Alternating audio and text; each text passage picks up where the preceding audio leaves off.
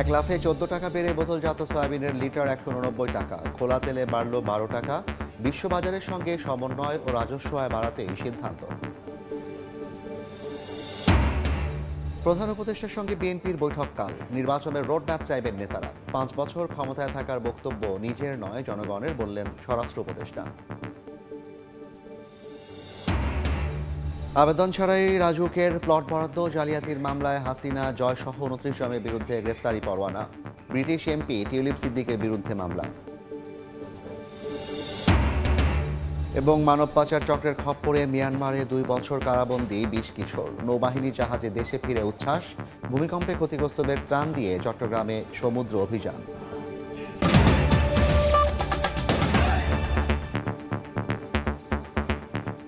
জনপদের সময়ের সঙ্গে আছি আমি জাফর সাদিক। ব্যবসায়ীদের প্রস্তাব মেনে নিয়ে সয়াবিন তেলের দাম বাড়ালো সরকার। বোতলজাত সয়াবিন তেলের লিটার 14 টাকা বাড়িয়ে 189 টাকা এবং খোলা সয়াবিন তেলের লিটার 12 টাকা বাড়িয়ে 169 টাকা নির্ধারণ করেছে বাণিজ্য মন্ত্রণালয়। আন্তর্জাতিক বাজারের সঙ্গে সমন্বয় করার পাশাপাশি রাজস্ব আদায় বাড়াতেই দাম বাড়ানোর সিদ্ধান্ত বলে জানান বাণিজ্য উপদেষ্টা। বিশ্ববাজারে দাম কমলে আবার সমন্বয় করা হবে বলেও জানান তিনি। সয়াবিন তেলের দাম লিটারে অন্তত 14 টাকা বাড়াতে সম্প্রতি বাণিজ্য মন্ত্রণালয়কে চিঠি দেন ব্যবসায়ীরা। এরই পরিপ্রেক্ষিতে মঙ্গলবার দুপুরে ভোজ্য তেল ব্যবসায়ী এবং সংশ্লিষ্টদের সঙ্গে বাণিজ্য সচিব সহ মন্ত্রণালয়ের ঊর্ধ্বতন কর্মকর্তাদের বৈঠক অনুষ্ঠিত হয়। বৈঠক শেষে বাণিজ্য উপদেষ্টা ভোজ্য তেলের মূল্যবৃদ্ধির পরিসংখ্যান দিয়ে সাংবাদিকদের জানান, আন্তর্জাতিক বাজারের সঙ্গে সমন্বয় এবং রাজস্ব আদায় বাড়ানোই সয়াবিনের মূল্যবৃদ্ধির কারণ।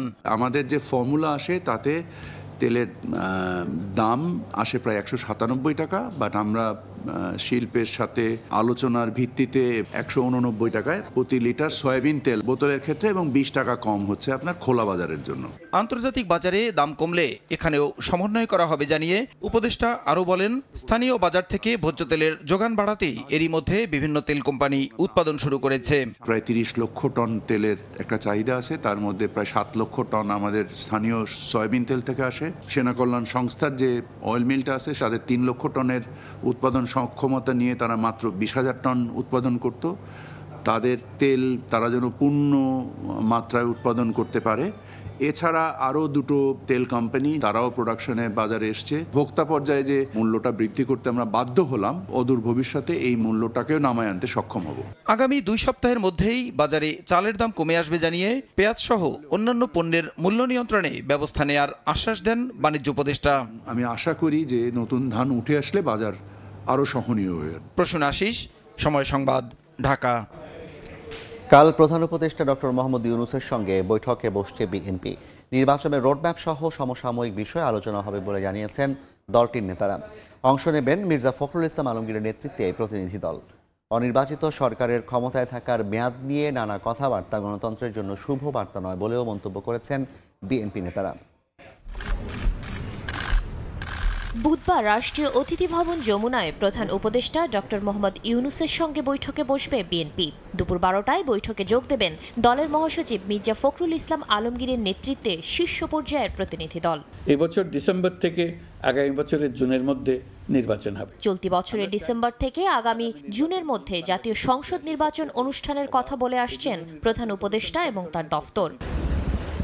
এমন ঘোষণায় বিএনপি যে আশ্বস্ত নয় তা বারবারই বলে আসছেন দলের শীর্ষ পর্যায় থেকে সর্বস্তরের নেতাকর্মীরা। সুনির্দিষ্ট রোডম্যাপ দিলেই কিন্তু আপনার রাজনৈতিক সংকটগুলো যেগুলো আছে সেগুলো কিন্তু অনেকাংশে কমে যাবে। তাই অন্তর্বর্তী সরকার প্রধানের সঙ্গে বৈঠকে সুনির্দিষ্ট রোডম্যাপ ঘোষণার বিষয়টি প্রাধান্য পাবে বলে মনে করেন দলের সিনিয়র নেতারা। নির্বাচনের প্রস্তুতি কেন্দ্রিক কাজ শেষ করার তাগাদাও থাকতে পারে দলটির পক্ষ থেকে। আমরা নিশ্চিত হতে চাই যে জাতীয় সংসদ নির্বাচনের লক্ষ্যে মাননীয় প্রধান উপদেষ্টা যদি দ্রুত রোডম্যাপ দেন, তাহলে এই সমস্ত পরিস্থিতি এটা স্থিতিশীল অবস্থায় আসবে। এই সরকারের এত দায়িত্ব না যে মূল সংস্কারগুলো ধরে নির্বাচনকে বিলম্বিত করা। নির্বাচন বিলম্বিত মানে জনগণের সরকার বিলম্বিতে সরকার গঠন করা। অনির্বাচিত সরকারের ক্ষমতায় থাকার মেয়াদ নিয়ে নানা কথাবার্তা গণতন্ত্রের জন্য শুভ বার্তা নয় বলেও মন্তব্য করেন তারা। আগেও যেভাবে কথা বলেছে এখনো জনগণের প্রত্যাশা পূরণে যা যা প্রয়োজন সে কথাগুলো দল বলবে বলে আমি আশা করি। সরকার সংশ্লিষ্ট অনেকেই বিভিন্ন বিষয়ে শেয়ার করছেন, যাতে করে মনে হয়েছে একটা বিভ্রান্তি সৃষ্টি করার প্রয়াস পাচ্ছে যে এই সরকার যেন অনির্বাচিত অবস্থায় অনির্দিষ্টকাল ক্ষমতায় থাকতে পারে, যেটা গণতন্ত্রের জন্য শুভবার্তা দেয় না। এছাড়া ১.৫ বছর আগে দলটির দেয়া ৩১ দফা বাস্তবায়নে জাতির কাছে বিএনপি প্রতিশ্রুতিবদ্ধ বলেও জানান নেতারা। এদিকে ১৭ এপ্রিল জাতীয় ঐক্যমত্য কমিশনের সঙ্গে বৈঠক রয়েছে বিএনপির। সাতিলা শারমিন, সময় সংবাদ, ঢাকা। অন্তর্বর্তী সরকারের 5 বছর ক্ষমতায় থাকার বিষয়টি নিজের নয়, জনগণের বক্তব্য বলে মন্তব্য করেছেন স্বরাষ্ট্র উপদেষ্টা।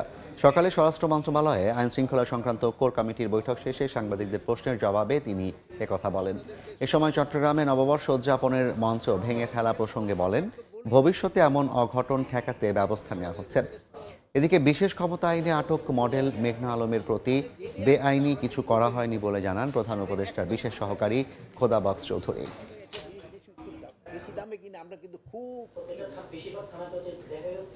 জনগণ বলছে, আমি তো কিছুই বলি নেই। ওখানে আপনার সাংবাদিকরা ছিল, এরা শুনছে, এরা বলছে, আমি তো কিছুই বলি নেই।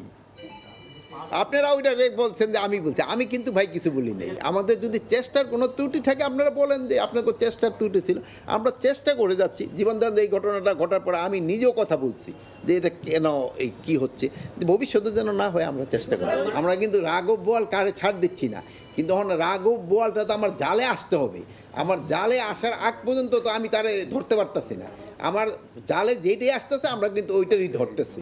কোনো আবেদন ছাড়াই প্রধানমন্ত্রী পদের প্রভাব খাটিয়ে বরাদ্দ নিয়েছেন পূর্বাচলের প্লট। আরেকটি প্লট দিয়েছেন নিজের ছেলে সজীব ওয়াজেদ জয়কে। এমন অভিযোগে দুদকের 2 মামলায় হাসিনা জয়সহ 29 জনের বিরুদ্ধে গ্রেফতারি পরোয়ানা জারি করেছেন আদালত। ক্ষমতার আড়ালে হাতিয়ে নিয়েছেন পূর্বাচলের 10 কাঠার প্লট। রাজুকে করেননি আবেদন, প্লটের কথা উল্লেখ নেই হলফনামায়ও। এমন অভিযোগে চলতি বছরের জানুয়ারিতে সাবেক প্রধানমন্ত্রী শেখ হাসিনার বিরুদ্ধে প্লট জালিয়াতির মামলা করে দুদক। পরে মার্চে অভিযোগের সত্যতা দাবি করে চার্জশিট দাখিল করেন তদন্ত কর্মকর্তা। দুদকের অভিযোগ, রাজধানীতে স্থাবর সম্পত্তি থাকা সত্ত্বেও প্রধানমন্ত্রী পদের ক্ষমতা খাটিয়ে পূর্বাচল নতুন শহরে প্লট বরাদ্দ নেন শেখ হাসিনা। শেখ হাসিনা ক্ষমতা থাকা অবস্থায় তার ছেলে সজীব ওয়াজেদ জয় এবং শেখ নামে 10 কাঠা এবং শেখ হাসিনা তার নিজের নামে 10 কাঠা প্লট সে বেআইনিভাবে তারা তাদের নামে এই প্লট দুইটি নিয়ে নেয়। দুদকের আরেক মামলায় অভিযোগ, শেখ হাসিনার পাশাপাশি তার ছেলে সজীব ওয়াজেদ জয়কেও একই উপায়ে পূর্বাচলের 10 কাঠার আরেকটি প্লট বরাদ্দ দেয়া হয়। পরে মঙ্গলবার ঢাকার মেট্রোপলিটন সিনিয়র স্পেশাল জজ জাকির হোসেন গালিবের আদালত সংশ্লিষ্ট সরকারি কর্মকর্তা সহ 29 জনের বিরুদ্ধে গ্রেফতারি পরোয়ানা জারি করেন। তো বিজ্ঞ আদালত তদন্তকারী কর্মকর্তার তদন্তের যে রিপোর্ট সেটা আমলে নেন, নিয়ে তাদের বিরুদ্ধে গ্রেপ্তারি পরোয়ানা করে আগামী 29/4 তারিখ দিন ধার্য করেন। এর আগে প্লট জালিয়াতির অভিযোগে দুদকের 4 মামলায় শেখ পরিবারের বিরুদ্ধে গ্রেফতারি পরোয়ানা জারি করা হয়েছে। আসিফ মোহাম্মদ সিয়াম, সময় সংবাদ, ঢাকা।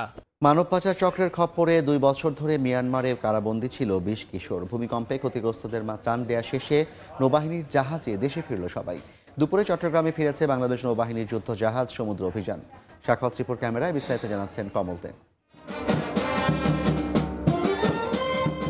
নেভাল বেইজে নৌ সদস্যদের বাজানো নানা বাদ্যযন্ত্রের তালে নোঙ্গর করে মিয়ানমার থেকে ফেরা যুদ্ধজাহাজ সমুদ্র অভিযান। ভূমিকম্পে বিধ্বস্ত মিয়ানমারে মানবিক সহায়তা মিশন শেষ করে এই জাহাজে করে দেশে ফিরে আসেন নৌ সেনা এবং ফায়ার সার্ভিসের উদ্ধারকারী সদস্যদের পাশাপাশি চিকিৎসক ও নার্সের 55 জনের দলটি। সকল লোক রাস্তায় এরা ভয়ে ছিল, আমরা যাওয়ার পরেও দেখছি ভয়ে ছিল। এরপরে আমরা আমাদের যে কাজের জন্য কিছু সে কাজ যেখানে সম্ভব সেটা করছি। এই জাহাজেই 2 বছর পর দেশে ফিরে আসার সুযোগ পেয়েছে 20 কিশোর, যারা সমুদ্রপথে মালয়েশিয়া যাওয়ার সময় মিয়ানমার বাহিনীর হাতে আটক হয়ে কারাগারে ছিল। প্রত্যাবাসন সম্পর্কিত কার্যক্রম শেষে সংশ্লিষ্ট কর্তৃপক্ষের নিকট আনুষ্ঠানিকভাবে তাদের হস্তান্তর করা হবে। ত্রাণকর্তা হিসেবে নৌবাহিনীকে পেয়ে উচ্ছ্বসিতই কিশোর দল। দালালের বিক্রি করে দেওয়ার পরে একদিন রাখছে ওইখানে টেকনাফের মধ্যে একটা পাহাড়ের উপর গুদামে। ওইখান থেকে আমাকে একদিন পরে পাচার করে দেওয়া হয় মায়ানমারে। আমাকে ওইখানে মারধর করে টাকা নিছে 1 লক্ষ টাকা। 120 মেট্রিক টন ত্রাণ ও চিকিৎসা সামগ্রী নিয়ে 11 এপ্রিল মিয়ানমারের ইয়াঙ্গুন বন্দরে পৌঁছানোর পর 75 জনকে নিয়ে আবারও মঙ্গলবার দুপুরে চট্টগ্রাম নেভাল বেজে নোঙ্গর করে যুদ্ধজাহাজটি। ফিরে এসেছে যুদ্ধজাহাজ, সমুদ্র অভিযান, ফিরে এসেছেন চিকিৎসক এবং 55 জন উদ্ধারকারী। চট্টগ্রামের নেভাল বেস থেকে কমল দে, সময় সংবাদ। এ পর্যায়ে শীর্ষ সংবাদ জানিয়ে দিচ্ছি আরেকবার। 1 লাফে 14 টাকা বেড়ে বোতলজাত সয়াবিনের লিটার 189 টাকা। খোলা তেলে বাড়ল 12 টাকা। বিশ্ববাজারের সঙ্গে সমন্বয় ও রাজস্ব আয় বাড়াতে সিদ্ধান্ত। প্রধান উপদেষ্টার সঙ্গে বিএনপির বৈঠককাল। নির্বাচনের রোডম্যাপ চাইবেন নেতারা। 5 বছর ক্ষমতায় থাকার বক্তব্য নিজের নয়, জনগণের, বললেন স্বরাষ্ট্র উপদেষ্টা। এবং আবেদন ছাড়াই রাজুকের প্লট বরাদ্দ জালিয়াতির মামলায় হাসিনা জয় সহ 29 জনের বিরুদ্ধে গ্রেফতারি পরোয়ানা। ব্রিটিশ এমপি টিউলিপ সিদ্দিকের বিরুদ্ধে মামলা।